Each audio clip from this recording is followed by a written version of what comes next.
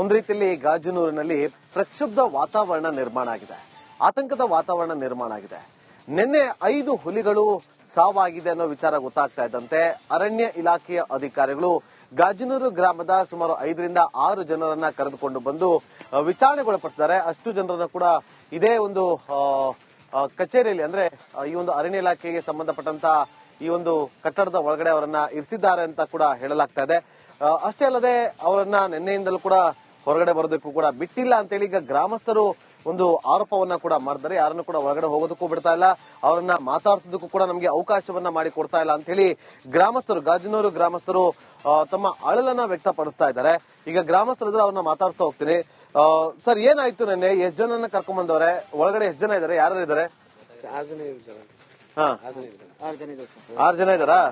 ಏನಕ್ಕೆ ಕರ್ಕೊಂಡ್ ಬಂದಾರಂತೆ? 6 ಜನ ಬಂದು ಹಸ ಯಾರು ಅಂತ ಗೊತ್ತಿಲ್ಲ. ನಾವು ನೀವೇ ಮಾಡಿದ್ರೆ ದನಿನವರೆಲ್ಲ ಬರ್ರಿ ಅಂತ ದನ ಅದಂತ ಕರ್ಕೊಂಡ್ ಬಂದಿರಿ ಸರ್. ಅದು ಏನ್ ವಿಚಾರ ಅಂತ ಮಾಡಿಲ್ಲ, ನಮ್ ನೋಡಕ್ಕೂ ಬಿಡಲ್ಲ ಅವರು, ಬಿಡ್ತಿಲ್ಲ. ಇವಾಗ ನಿಮ್ಮನ್ನ ಯಾರು ಇದಾರಕ್ಕ ಅಲ್ಲಿ? ಗಂಡನ ಮಗ. ಏನಾಯ್ತು ನೆನೆ? ಎಷ್ಟೊತ್ತಿಗೆ ಬಂದಿದ್ರು ಇಲ್ಲಿಗ? ಏನಾಯ್ತು? 6 ಗಂಟೆ ಬಂದು? ಗೊತ್ತಿಲ್ಲ ಸರ್, ನನ್ನ ಮನೇಲಿದೆ. ಈ ಕಡೆ ಜೀಪ್ ನಿಲ್ಸ್ಬಿಟ್ಟು ಬಂದ್ರು. ನಮಗ್ ಬಂದು ನಮಗೆ ಹೇಳ್ಬಿಟ್ಟು ಬರ್ರಿ ಯಾರ್ದಸ ಅಂತ ಕರೆದ್ರು. ಇಲ್ಲೇ ಕೂರ್ಸ್ಕೊಂಡ್ರು. ನಿಮ್ದ ಹಸು? ಇಲ್ಲದ ಯಾರ್ದ ಗೊತ್ತಿಲ್ಲ. ಮತ್ತೆ ಯಾಕೆ ಕೂರಿಸ್ಕೊಂಡವ್ರಂತೆ? ನಿಮ್ದಲ್ಲ ಅಂದ್ಮೇಲೆ ನಮ್ಮ ಸೈಲ ಸರ್. ಮತ್ತೇನು ಕೂರಿಸ್ಕೊಂಡವ್ರಂತೆ? ಕೇಳಿಲ್ವಾ ನೀವು? ನಮ್ ಕೇಳಿದ್ ಬಿಟ್ಟಾರ. ಕೇಳಿದ್ರ ನೀವು? ಕೇಳಲಿಲ್ಲ, ಬುಣ್ಣಾರ. ಬನ್ನಿ, ಕೇಳಿ ಬನ್ನಿ ಈಗ.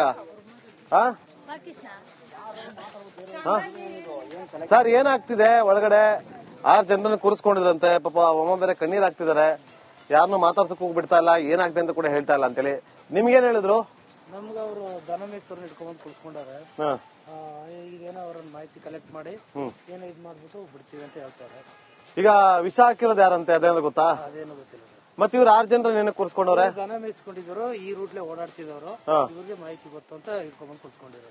ಇಟ್ಕೊಂಡ್ ಕೂರ್ಸೋರೆ. ನಿಮ್ಮನ್ನ ಮಾತಾಡ್ಸಕ್ಕೂ ಬಿಡ್ತಿಲ್ವಾ? ಯಾರು ಬಿಡ್ತಾ ಇಲ್ಲ. ಕೇಳಿದ್ರೆ ಯಾಕೆ ಬಿಡ್ತಾ ಇಲ್ಲ ಅಂತ? ಇದು ನಮಗಿಂತ ಮೇಲಧಿಕಾರಿಗಳು ಇದು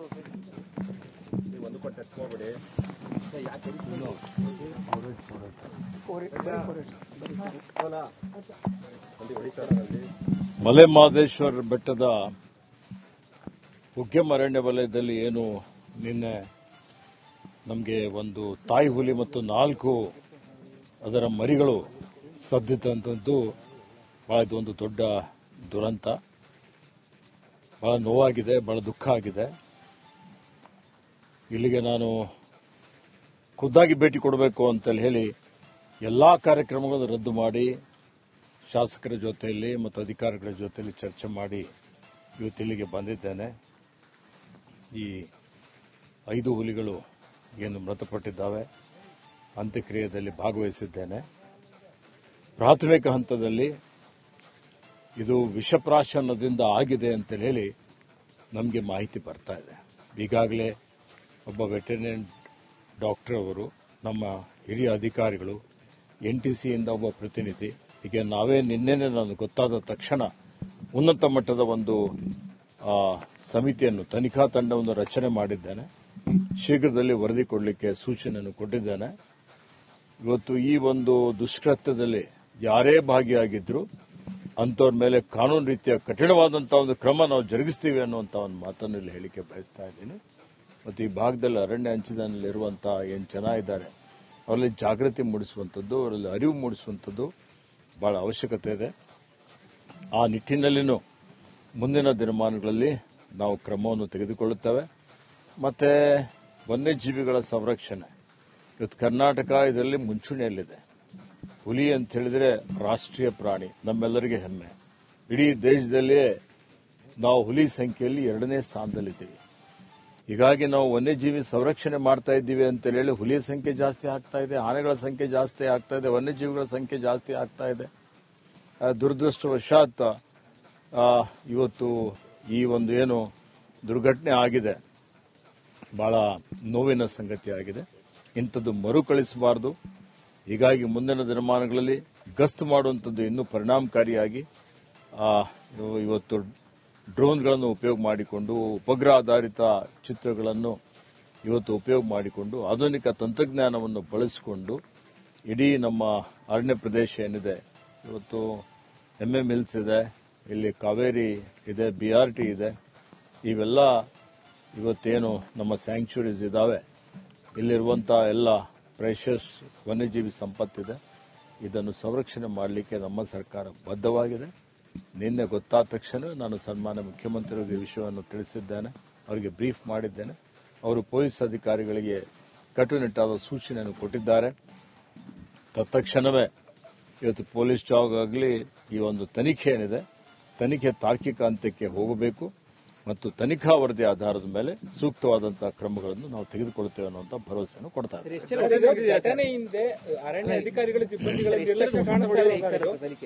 ನೋಡಿ, ಈಗ ಘಟನೆ ಯಾಕಾಗಿದೆ, ಯಾವ ಕಾರಣಕ್ಕಾಗಿದೆ, ಇವೆಲ್ಲ ಆಸ್ಪೆಕ್ಟ್ಸ್ ಏನಿದೆ ಅಲ್ಲ, ಅಥವಾ ಯಾವ್ದಾದ್ರು ನಿರ್ಲಕ್ಷ್ಯ ಇದೆಯಾ? ಯಾಕಂದ್ರೆ ಘಟನೆ ಆದ ತಕ್ಷಣ ಬಹಳಷ್ಟು ದೂರುಗಳು ಬರ್ತವೆ. ಆದರೆ ಇವೆಲ್ಲ ದೂರುಗಳನ್ನು ಕೂಲಂಕುಷವಾಗಿ ಪರಿಶೀಲನೆ ಮಾಡಿ ಸಮಗ್ರವಾಗಿ ತನಿಖೆ ಮಾಡಿ ವರದಿ ಕೊಡಿ ಅಂತ ಹೇಳಿದ್ದೇವೆ. ವರದಿ ಆಧಾರದ ಮೇಲೆ ಇವತ್ತು ಕಾನೂನು ರೀತಿಯ ಕ್ರಮ ಜರುಗಿಸ್ತೇವೆ. ರಸ್ತೆಯಿಂದ 50 ಮೀಟರ್ ದೂರ ಇಲ್ಲ, 5 ಹುಲಿ ಸತ್ತು ಹೋಗ್ತವೆ. ಫಾರೆಸ್ಟ್ ಡಿಪಾರ್ಟ್ಮೆಂಟ್ ಗೊತ್ತಾಗದೆ 3 ದಿನ ಆದ್ಮೇಲೆ ಅನ್ನೋದಾದ್ರೆ ಬೇಜವಾಬ್ದಾರಿತನ ಅಲ್ವಾ ನಿಮ್ ಡಿಪಾರ್ಟ್ಮೆಂಟ್? ನೋಡಿ, ನಾನು ಈಗಾಗಲೇ ಹೇಳಿದ್ದೇನೆ, ಯಾರು ಈ ವಿಷಯದಲ್ಲಿ ನಿರ್ಲಕ್ಷ್ಯ ಮಾಡಿದ್ದಾರೆ, ಬೇಜವಾಬ್ದಾರಿ ಮಾಡಿದ್ದಾರೆ, ಯಾರ್ದು ಜವಾಬ್ದಾರಿ ಇತ್ತು, ಇವೆಲ್ಲ ವಿಷಯಗಳು ತನಿಖೆಯಲ್ಲಿ ಬರ್ತದೆ.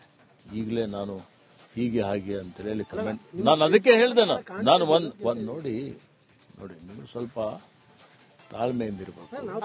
ಕೇಳಿ, ನಾನು ಕೇಳಿ ನಾನು ಈಗಾಗಲೇ ಹೇಳಿದ್ದೇನೆ. ನೋಡಿ, ನಾವೇನು ಟರ್ಮ್ಸ್ ಆಫ್ ರೆಫರೆನ್ಸ್ ಕೊಟ್ಟಿದ್ದೇವೆ, ಉನ್ನತ ಮಟ್ಟದ ಒಂದು ಸಮಿತಿಯನ್ನು ರಚನೆ ಮಾಡಿದ್ದೇವೆ ತನಿಖೆ ಮಾಡಲಿಕ್ಕೆ, ಇವೆಲ್ಲ ವಿಷಯಗಳು ಅದರಲ್ಲಿ ಸೇರಿಸಿದ್ದೇವೆ. ಕೇಳ್ರಿ, ಅದಕ್ಕೆ ಹೇಳ್ತಾ ಇದ್ದೇನೆ. ತಾವು ತನಿಖಾ ಸಮಿತಿಯನ್ನ ಮಾಡಿದೀರಾ, ಆ ತನಿಖಾ ಸಮಿತಿ ಅರ್ಧದಷ್ಟು ಜನ ಈಗ ಸ್ಥಳಕ್ಕೆ ಬರೋದಿಲ್ಲ, ಅವ್ರು ಇನ್ನೂ ಇಲ್ಲಿ ಬಂದಿಲ್ಲ, ಕೆಲವರು ರಜಾ ಹಾಕಿ ಹೋಗ್ತಾರೆ. ಗಂಭೀರವಾಗಿ ನೋಡಿ, ಇದನ್ನು ಅತ್ಯಂತ ಗಂಭೀರತೆಯಿಂದ ನಾವು ಪರಿಗಣನೆ ಮಾಡಿದ್ದೇವೆ. ಈಗಾಗಲೇ ಕೆಲವೊಂದು ಅಧಿಕಾರಿಗಳು ಬಂದಿದ್ದಾರೆ, FSL ರಿಪೋರ್ಟ್ಗೆ ಕಳಿಸಿದ್ದಾರೆ. 3 ದಿವಸದಲ್ಲಿ 4 ದಿವಸದಲ್ಲಿ FSL ರಿಪೋರ್ಟ್ ಬರ್ತದೆ. ಪೊಲೀಸರು ಈಗಾಗಲೇ ತನಿಖೆ ಪ್ರಾರಂಭ ಮಾಡಿದ್ದಾರೆ. ಇಲ್ಲಿ ಯಾರು ಕಾಲ್ ಡೀಟೇಲ್ಸ್ ಏನಿದೆ, ಯಾರ್ಯಾರು ಇವತ್ತು ಮೊಬೈಲ್ ಅಲ್ಲಿ ಇಲ್ಲಿ ಯಾರ್ಯಾರು ಓಡಾಡಿದ್ದಾರೆ, ಅದೆಲ್ಲವನ್ನು ಇವತ್ತು ತಗೊಳ್ತಾ ಇದ್ದಾರೆ. ಇದೆಲ್ಲ ತಗೊಂಡಿದ್ಮೇಲೆ ಯಾರು ಕೇಳಿ ಪೂರ್ತಿ ಕೇಳಿ, ಅದಕ್ಕೆ ಯಾರು ಕಾರಣಕರ್ತರಿದ್ದಾರೆ, ನಾನು ಹೇಳೋದು ಪೂರ್ತಿನೂ ಮಾಡದೆ ಹೇಳ್ತೀರಾ ಮತ್ತೆ? ಇವತ್ತು ಅದಕ್ಕೆ ಇವೆಲ್ಲ ತನಿಖೆ ಮಾಡಿದ ನಂತರ ಇವತ್ತು ತನಿಖಾ ವರದಿನೂ ಕೊಡ್ತಾರೆ. ಮತ್ತೆ ಯಾರು ಕ್ರಿಮಿನಲ್ ಅಂದ್ರೆ ಯಾರು ಅಪರಾಧದಲ್ಲಿ ಕೃತ್ಯ ಎಸಗಿದ್ದಾರೆ ಅಂತವರಿಗೆ ತತ್ಕ್ಷಣವಾಗಿ ಕ್ರಮ ಆಗುತ್ತೆ. ಪ್ರಯೋಜನ ಇಲ್ಲ ಸಚಿವರೇ, ನಿಮಗೆ ಅನ್ನಿಸ್ತಾ ಇಲ್ವಾ?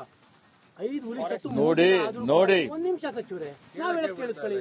ನೀವು ಹೇಳಿದ್ದು ಕೇಳಿದ್ದೇನೆ, ನೀವೇನ್ ಕೇಳ್ಬೇಕಂತೀರಿ ಅದನ್ನ ಹೇಳ್ತೇನೆ. ಹೇಳಿ. 5 ಹುಲಿ ಸತ್ತು 3 ದಿನ ಆದ್ರೂ ರಸ್ತೆ ಪಕ್ಕ ಇರೋ ಜಾಗದಲ್ಲೇ ನಿಮ್ಮ ಅಧಿಕಾರಿಗಳಿಗೆ ಗೊತ್ತಾಗಿಲ್ಲ ಅನ್ನೋದಾದ್ರೆ ಇದು ಬೇಜವಾಬ್ದಾರಿತನವೋ ಅಲ್ವೋ ಅಷ್ಟು ಕೇಳ್ತಾ ಇದ್ದೀವಿ. ನೋಡಿ, ಈಗಾಗಲೇ ನಾನು ಹೇಳಿದ್ದೇನೆ, ಇದಕ್ಕೆ